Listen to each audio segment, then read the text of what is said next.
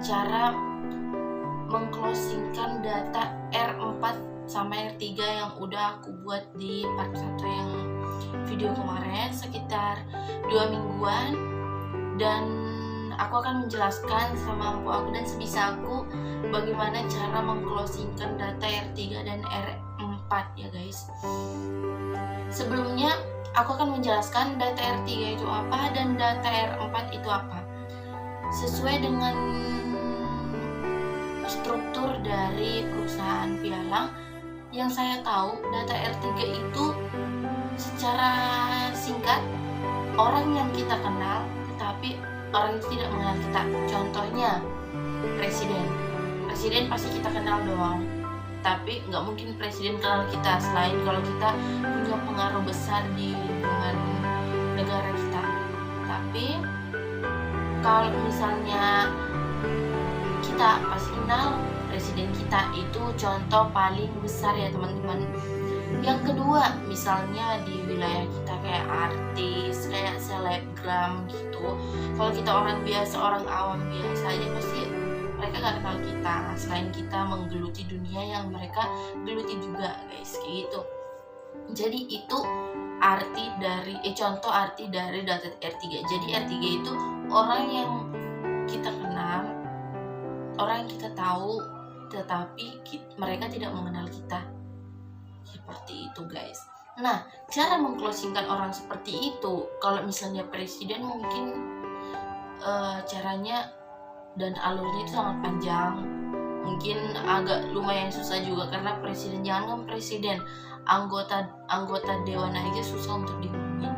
Jadi kita lebih tepatkan kita misalnya di daerah kita, misalnya kita tinggal di daerah kecamatan, misalnya kecamatan kita itu punya haji sawit 100 hektar misalnya, kan nggak mungkin nih kalau kita seorang pegawai biasa, orang biasa kenal sama kita orang hajinya, selain kalau orang tua kita memang orang tua teman-teman itu haji gitu kan, pasti dikenal sama Pak Haji nih atau Ibu Haji nih. Nah, kalau memang haji ini di wilayah kecamatan kita, kalau kecamatan kan masih lumayan bisa dijangkau ya teman-teman.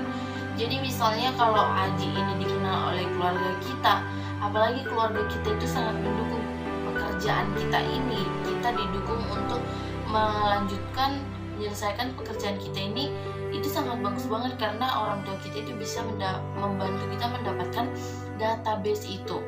Jadi misalnya kalau orang tua kita memiliki datanya mereka, apalagi kalau orang tua kita atau orang tuanya teman-teman itu mengenal dari si Pak Haji atau Bu Haji ini, kita tinggal pendekatan ke mereka dulu.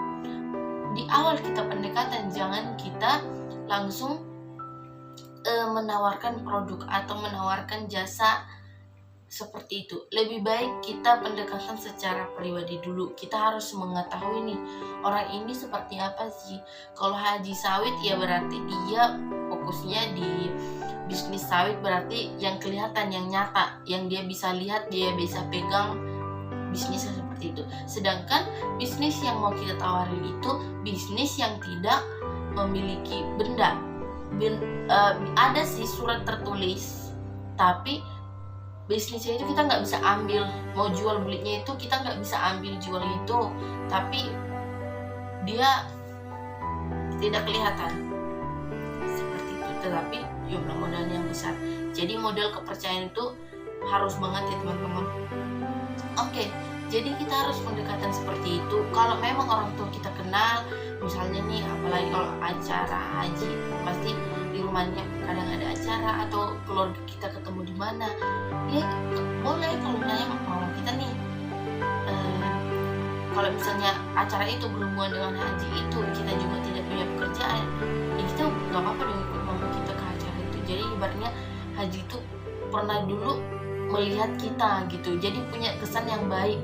Jadi kita harus menumbuhkan kesan yang baik pertama kali supaya menumbuhkan kepercayaan, menumbuhkan kesenambungan. Di saat nanti kita penawaran, nanti pasti kita diingat, oh kamu anaknya ini ya, Apalagi kalau orang tua kita orang tua yang bisa dipercaya, orang tua yang baik-baik di wilayah kita, pasti Haji itu tidak akan lebih mudah percaya juga kepada kita kayak gitu teman-teman. Itu kalau misalnya data R3 ya, itu jalan yang sangat lumayan lurus tapi ada kerikil-kerikilnya sedikit.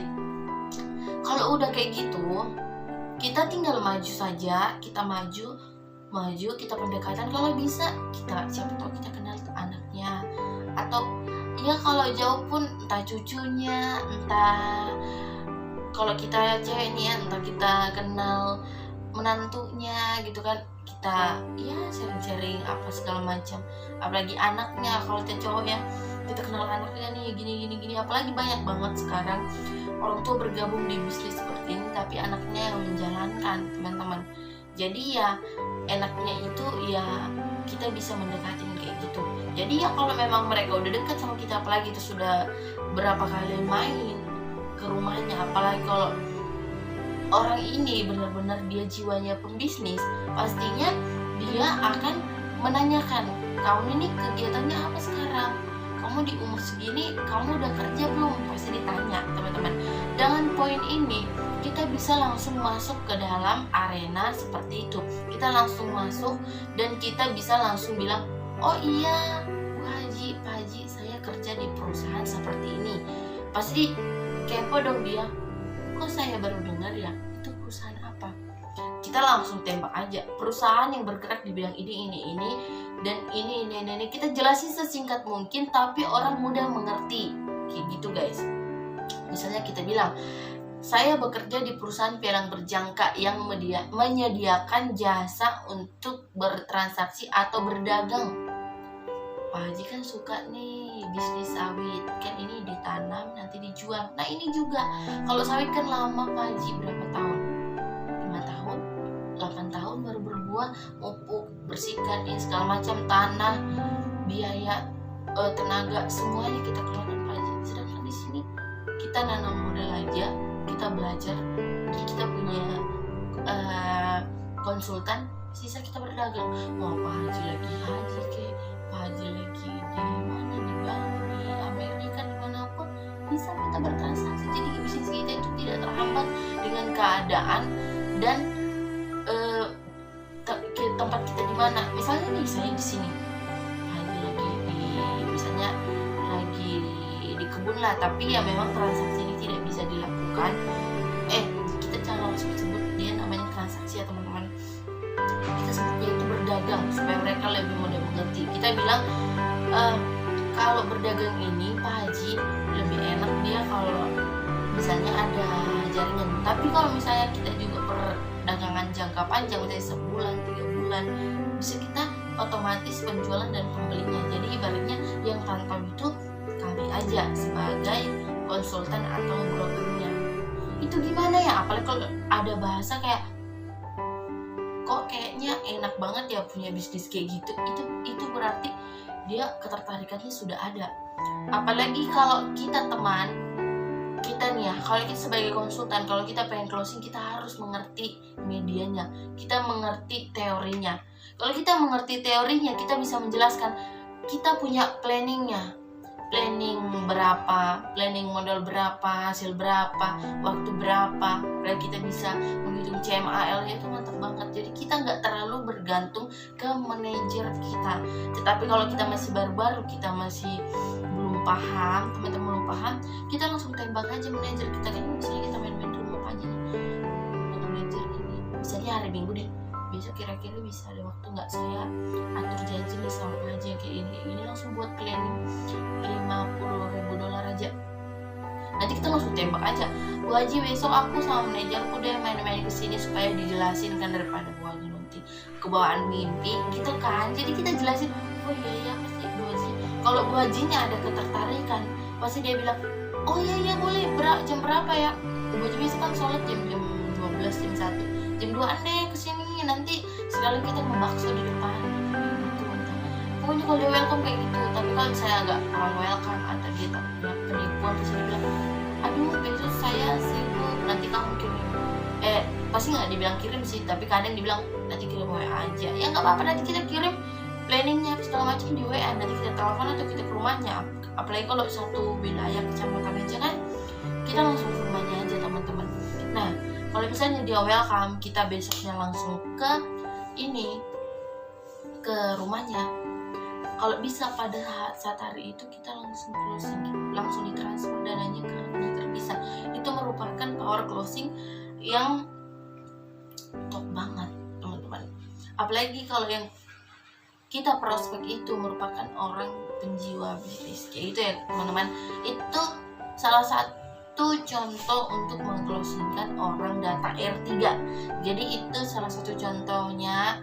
Jadi kalian bisa mengikuti kalau memang kalian ada di posisi seperti itu ya. Oke, harus disimak ya teman-teman supaya saling mengerti. Kalau ada pertanyaan nanti tulis di kolom komentar, dan aku juga akan membuat suara musiknya nanti agak terlalu pelan supaya teman-teman bisa mendengarnya. Nanti aku buat part 3 untuk data R4 ya teman-teman, daripada kepanjangan durasinya sudah 11 menit. Oke guys, thanks for watching, bye bye.